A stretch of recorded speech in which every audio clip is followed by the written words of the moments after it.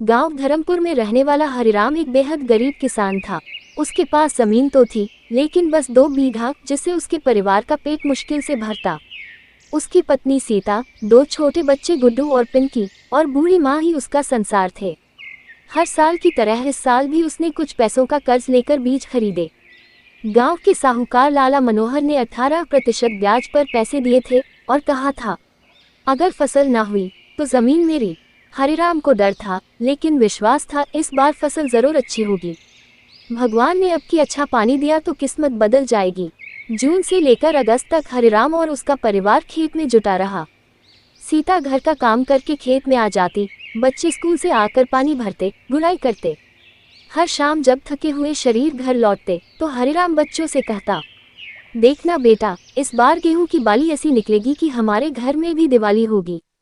फसलें हरी भरी थीं। गांव के चौपाल में सब हरिराम की तारीफ करते, कमाल कर दिया इस गरीब ने, मेहनत रंग लाई है।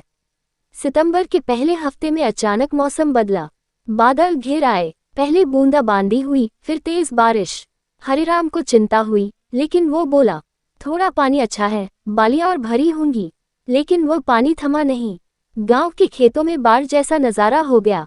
हरिराम जब खेत पहुंचा, उसकी आंखें फटी की फटी रह गईं। सारी फसल कीचड़ में दब चुकी थी, कुछ बह चुकी थी। वो वहीं मिट्टी पर घुटनों के बल बैठ गया। उसके सपने, उसके बच्चों का भविष्य, सब बह गया था। सरकार ने सर्वे की घोषणा की। गांव में अधिकारी आए, तस्वीरें ली, फॉर्म भरवाए। हरिराम को लगा, अब कुछ मदद मिलेगी, शायद कर्ज चुका पाऊं। 2 महीने बाद लिस्ट आए। हरिराम का नाम था, लेकिन राशि थी 1200 रुपये। लाला मनोहर ने जब ये सुना, वो हंसा। 1200 रुपये से कर्ज चुकाओगे?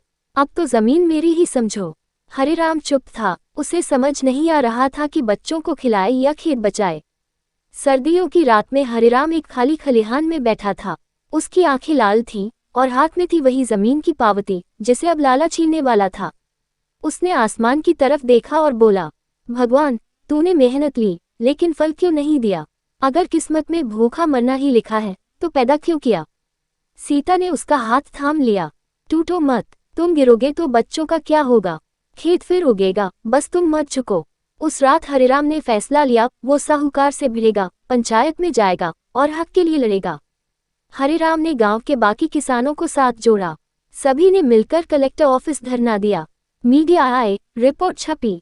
दबाव बना तो सरकार ने दोबारा सर्वे करवाया और वास्तविक नुकसान पर मुआवजा बढ़ाया गया। हरिराम को 18,000 रुपये मिले। साहूकार को पूरी रकम चुका दी, जमीन बच गई। लेकिन उस दिन के बाद हरिराम बदल गया। अब वो सिर्फ किसान नहीं, आवाज बन चुका था, हर उस गरीब किसान की जो मिट्टी में खून बहाता है और बदले में आंसू पाता है।